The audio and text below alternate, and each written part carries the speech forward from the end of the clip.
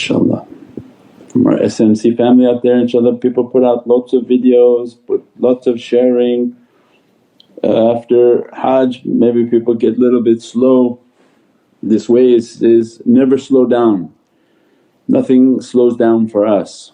So wherever you are, if you feel, I did, keep doing it, keep doing. When you're tired and feel exhausted, you keep doing, keep posting, keep putting out articles, keep putting videos, keep posting images. Don't slow down.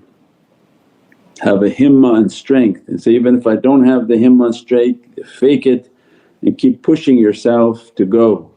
Now we're entering into the holy month of Muharram, we want to enter into Muharram with immense himmah and strength. Not the people in the marathon right before the finish line they sometimes stop, they completely run out of energy. That's not the time to stop. They describe the runners whom are successful, they say, we hit a wall. As soon as we hit that wall we can't feel anything anymore, or our feet are running on autopilot.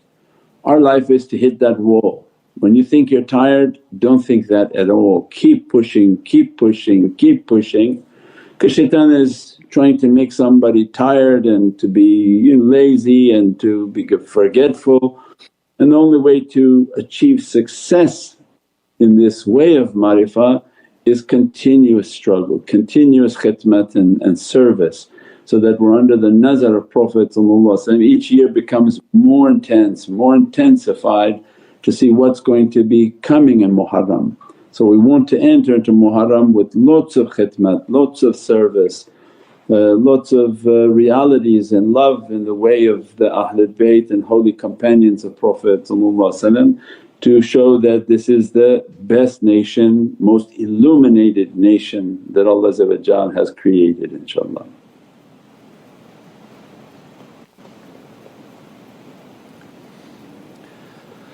As-salamu alaykum Sayyidi.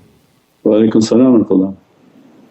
Sayyidi, how do we overcome our forgetfulness if we continue to forget and become heedless even though we follow the practices? That was what we just mentioned for that, is that to push oneself. Don't think this is uniquely you. That's why I just mentioned before you asked that. That any time somebody thinks they're, I'm getting tired, it's not you, it's shaitan pushing on anyone. As-salamu alaykum wa rahmatullahi wa barakatuh. This is Shaykh Nurjan. Thank you for watching the video that you're watching. InshaAllah, if you're happy with the content and happy with these programs, please support the button below, the programs that we have for our orphanage repairs, our water well, Give the Gift of Life, our mobile food vans. We have now 5 vans: Vancouver, Chicago, Los Angeles, Pakistan. There's many programs that reach thousands of people and rescue foods and give those supplies to people in need. Your support is greatly appreciated. Also, be so kind as to leave loving comments and please share the stream. Every bit counts. As-salamu alaykum wa rahmatullahi wa barakatuh.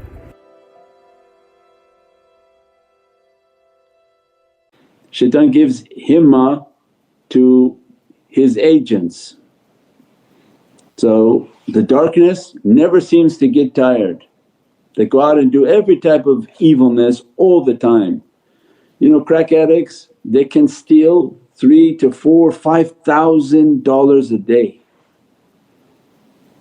And you may amazed when we talk with the police, they say, yeah, they can steal $3,000, $4,000, $5,000 a day.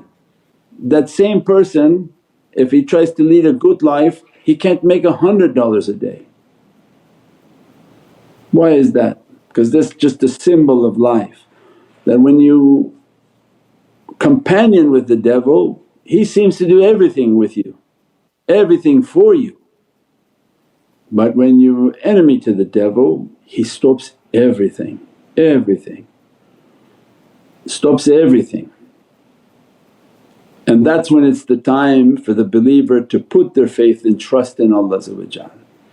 That's the time in which there's the greatest jihad, the greatest struggle, is that when the devil's trying to slow you down and make you to think you're retired and cut everything. It's not. There is no slowing, there is no time for rest. It's only a time to keep struggling, keep doing the khidmat, keep doing the zikrs, the awrads, the practices, keep participating in the tariqah. When you do the khidmat you're under the nazar of the shaykhs, you're participating and feeling, no, the shaykh is relying on me, that I made an agreement in my heart to put out these articles, then how can you break your agreement? And then think to yourself, well shaykh he shows up all the time talking, he's not doing it for his own entertainment, he doesn't need the knowledges himself, but he made an agreement to teach and to propagate. If Allah gave a gift, it's our responsibility to share the gift. Not our responsibility to sit at home. So when we have a covenant with Allah don't break your covenant. If you have an ability, do the ability. That comes supreme, that comes first, is our ability for Allah, our ability for Prophet. And when we think like that and when we act like that, this is a great fight against the devil.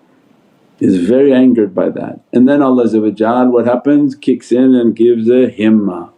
So there you go, Afarin, you got up and now struggle against your demon, don't let him to put a flag and conquer you.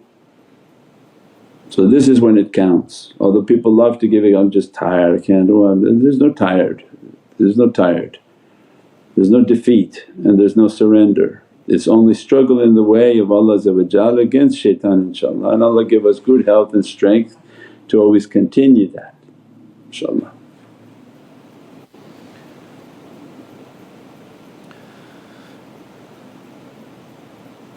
As-salamu alaykum Sayyidi. Wa alaykum salam wa rahmatullah. Sayyidi, when we sacrifice our bad character, does our nafs and shaitan retaliate against us in the form of people, work, family, friends for example? Yes, all of the above.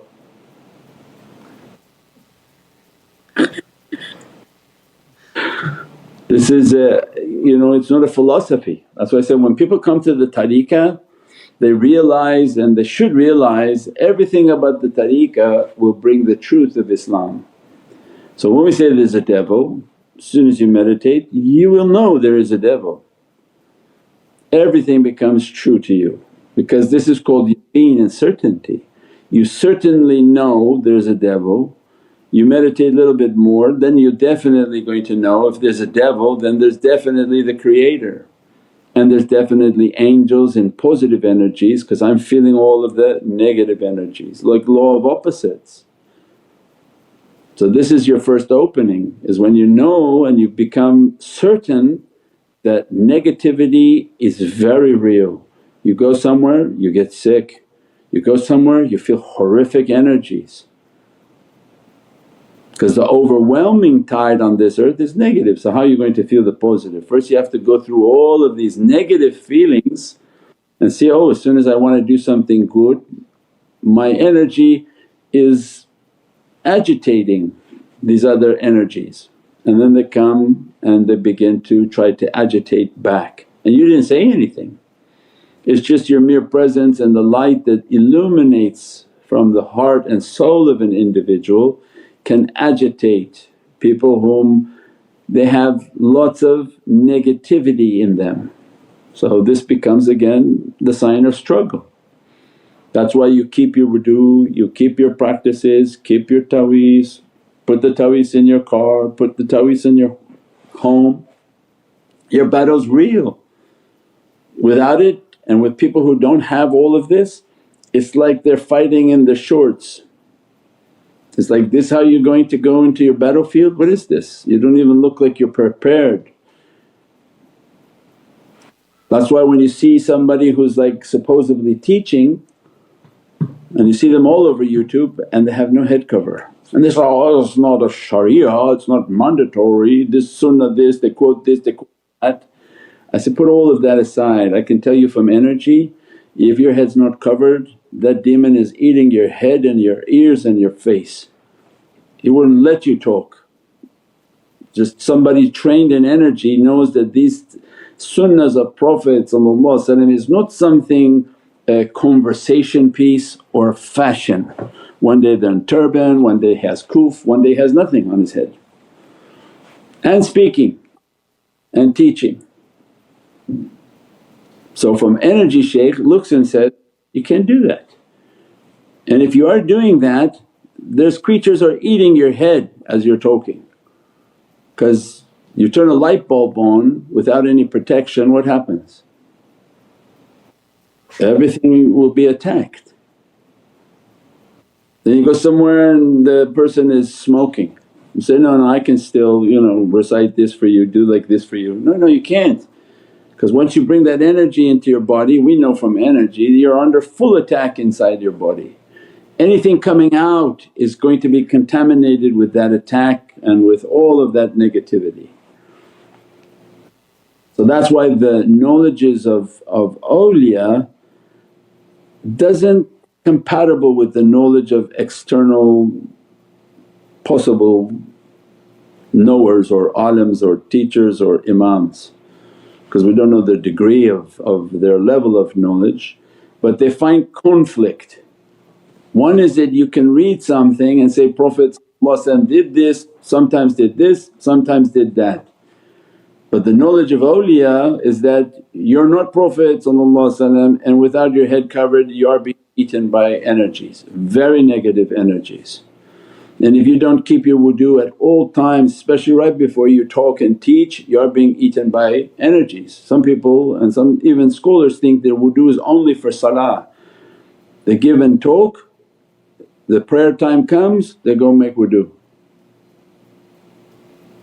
So what were they doing at that time? They were teaching. So the concept in what the people of external knowledge and internal knowledges may have a great conflict. They say, no, that's not haram. Some people are arguing that the smoking and second-hand smoke is not haram.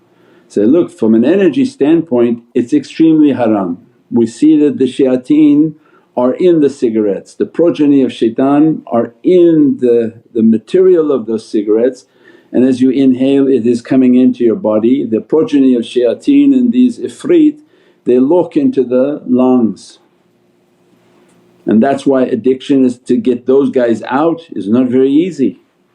So no, the knowledge is different, the mannerisms are different, they have a yaqeen on issues, and as a result of their certainty because of their practices their knowledge is different, and the adherence to that reality is going to be different for their students.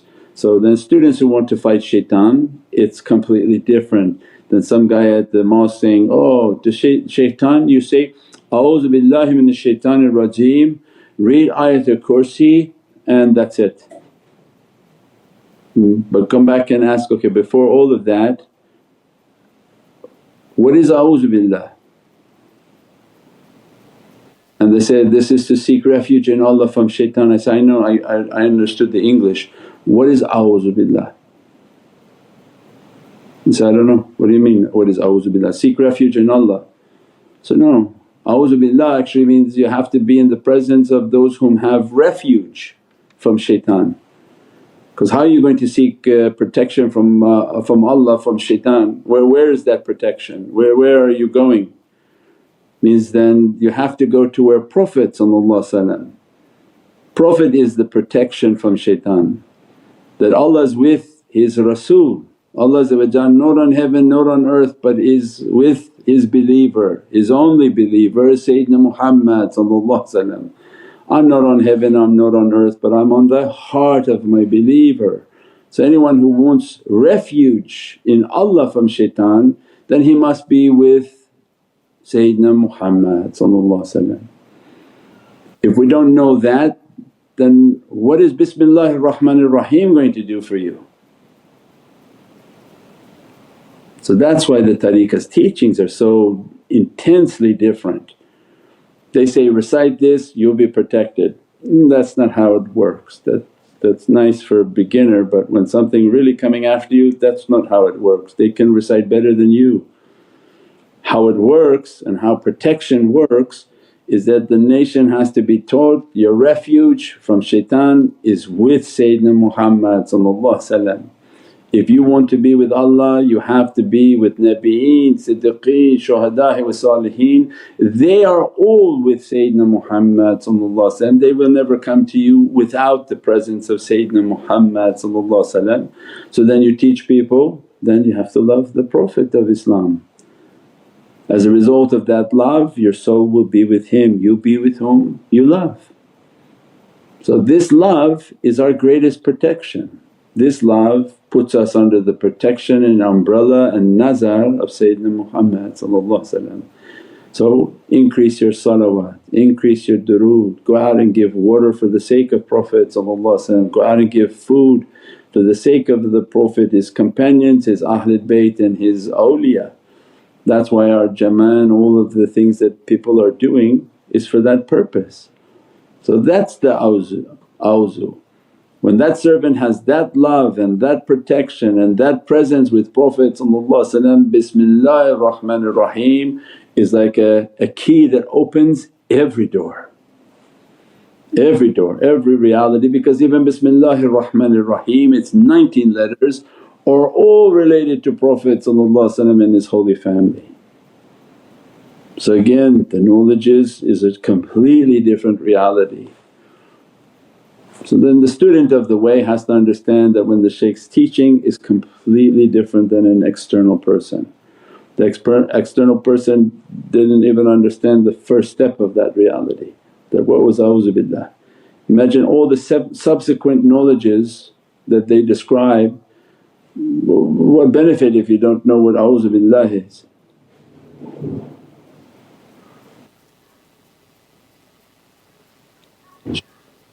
InshaAllah. As-salamu alaykum Sayyidi. Wa alaykum as-salam wa rahmatullah. Sayyidi, how can we heal bitterness, resentment and rancor in our hearts? It feels like no amount of remembrance is enough.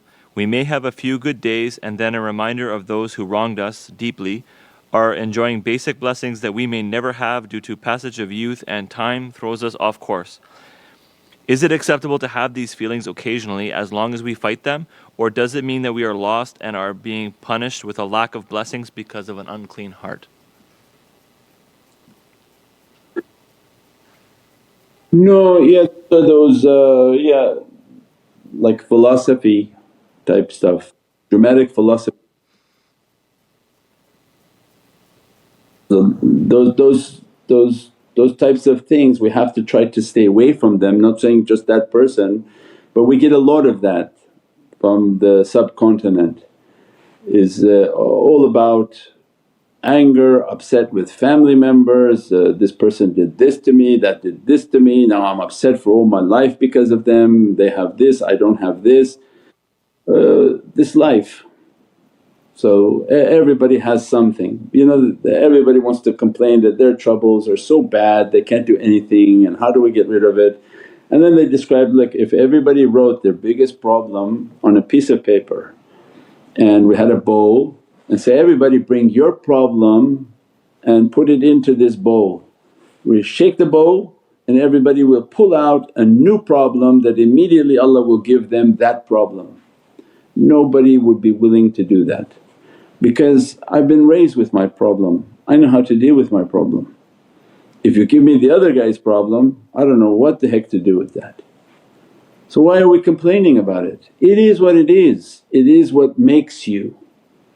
Your life is like a carpet, a beautiful carpet that when you look on the outside say, oh this is a wonderful carpet, but do you know how they made the carpet? They have little tiny hands tying tens of thousands of knots. How Allah takes from knots, one person making knots, and then you turn it around and say, oh this is a beautiful carpet. So our life is a bunch of knots and we keep focusing on the knots, why is like that, why is like that, why is like that, why is like that. But Allah's weaving a carpet. If you patiently endure, understand sabr, don't expect anything. Secret for sabr from Nabi Mustafa is what? You're asking, Ya Sayyidina Muhammadan Mustafa make me from as-sabirun. To have sabr jameel, How then to achieve sabr jameel is don't expect anything, anything. Knock out every expectation. Do I expect them to talk nice about me? No. Do I expect that they're going to do this? No, I have no expectation of anything. I have no expectation of this or that. So then our life is what? Identify all the times you're expecting something. I expect it to be recognized. Why did you expect to be recognized? Take that away. I expected to be honoured. Take that away. I expected to be thanked. No, you take that away. If we learn to take all expectations away, then why would you be upset about anything? As a result of cutting the expectation, because shaitan brings the expectation, when you don't reach that expectation you become angered, frustrated, annoyed, and then you lost sabr. Secret of sabr under the key of Nabi Mustafa, every name of Prophet brings out the fragrant one, the chosen one has to open the door for sifat as-sabr. And sabr, its secret, expect nothing. Families expect nothing. I expected nothing from them, not the children, not the spouse, not anyone I expect anything from them. If you don't expect anything then you can love people for who they are and not what you want them to be. You can be happy with every situation and not be upset by how it didn't happen that way, it didn't serve food on time, it didn't do like that, and everything the shaitan plays with. So our life becomes, try to identify every time you're expecting something and cut it out. Write it down and say, I have to cut this out until you've cut all of these expectations, and you become immensely happy with whatever Allah sends because you didn't expect it. So alhamdulillah it came, this came, that came, and this is a big battle against shaitan. So shaitan loves expectations, so much so that now people just look at social media with the fear of missing something because they have so many expectations. They want to go to a restaurant to take a photo of the place, they want to go here take a photo of that because somebody else took a photo of this. Everything in life now is just cut the expectation, and the sifat as-sabr begin to dress the heart of the servant inshaAllah.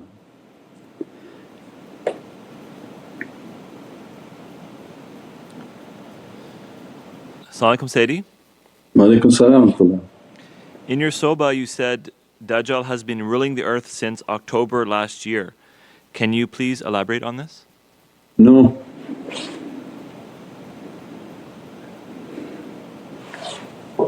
I don't recall saying that. I think Haji Bilal said that, I didn't say that.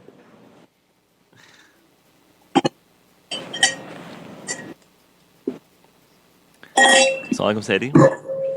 Yes sir.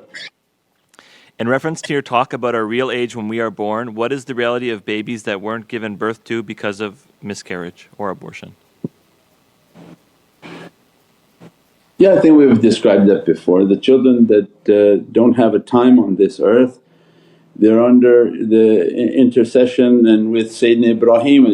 Why Prophet gave us salawat al-Ibrahimiyyah, Allahumma salli ala Sayyidina Ibrahim wa ala ali Sayyidina Ibrahim kama barak ala Sayyidina Ibrahim wa ala ali Sayyidina Ibrahim. Why Prophet wanted us to mention Sayyidina Ibrahim? Because of the noble station in which he's in charge of churubin. The children whom pass from this earth without a time and no sin upon this earth, they're taken under his command in which he raises them and is a caretaker just under the authority of Sayyidina Ibrahim. And those churubin, they are the intercessors for their parents. Allah brought them with that short amount of time so that they would intercede for the parents, and that their time on earth or in the womb was such a short time, but still their noble soul and noble reality is to continuously intercede and pray. So as if Allah granting you an angel related to you to pray for you. So everything in life that we feel is hard and why God did this, why God that did this, it comes from bad character. That again the sabr is the expectation, that if you took away your expectation and were patient and understanding, maybe you would come across these realities and knowledges and later find that Allah in His immense love and compassion wanted you to achieve things that you could never achieve. You know, the prayers that you missed, the fasting that you missed, the actions that you missed.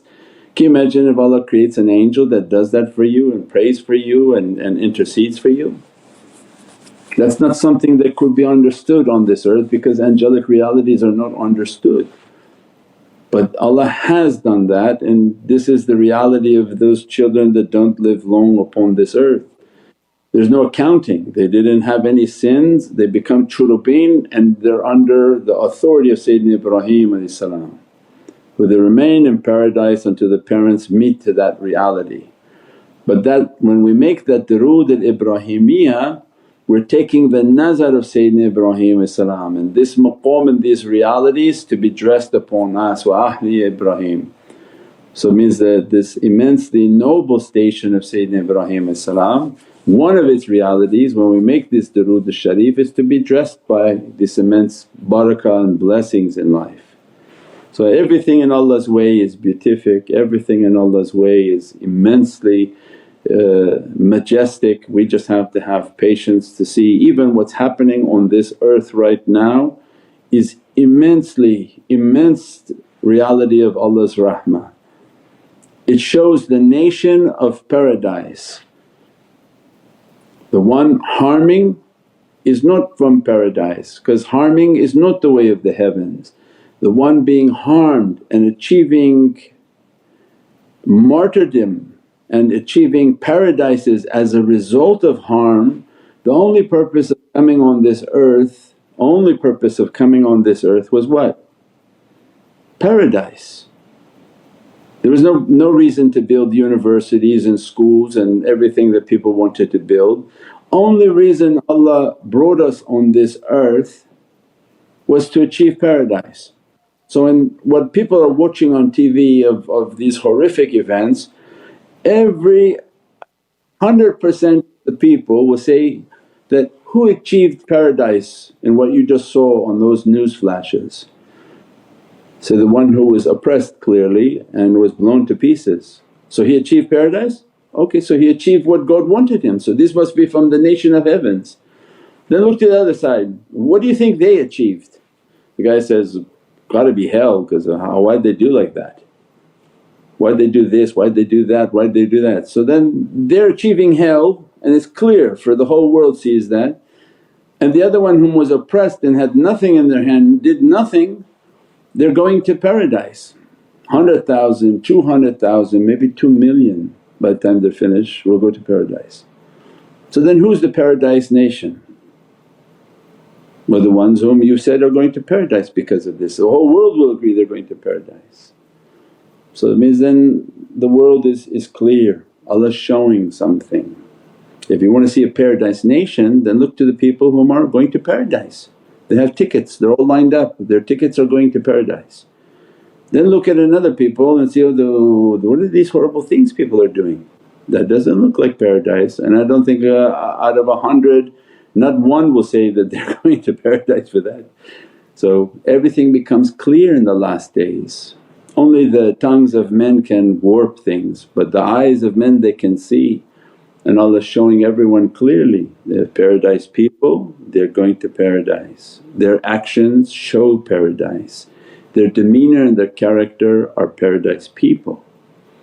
Actions of Jahannam and hell and fire, they show itself, and the actions of the people of hell, they show themselves clear, inshaAllah.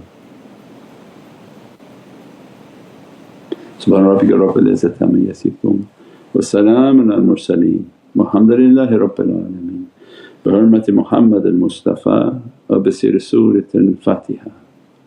As-salamu alaykum wa rahmatullahi wa barakatuh.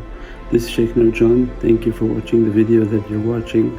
Inshallah, if you're happy with the content and happy with these programs, Please support the button below, the programs that we have for our orphanage repairs, our water well, Give the Gift of Life, our mobile food vans. We have now 5 vans, Vancouver, Chicago, Los Angeles, Pakistan.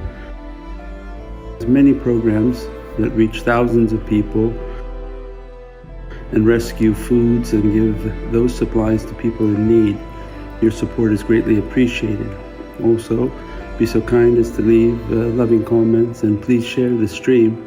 Every bit counts. Assalamu alaikum wa rahmatullahi wa barakatuh.